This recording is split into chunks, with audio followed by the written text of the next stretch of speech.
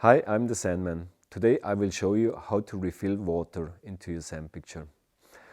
The water is evaporating, that's a natural thing. You have to refill water time by time. How do you do this? I will show you.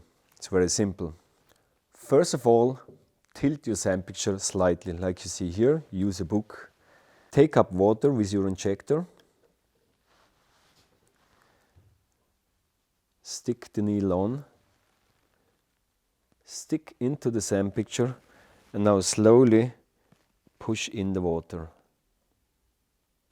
Next step, take the air scale, adjust it as explained before, and take out the air. And you see the same amount of air you take out.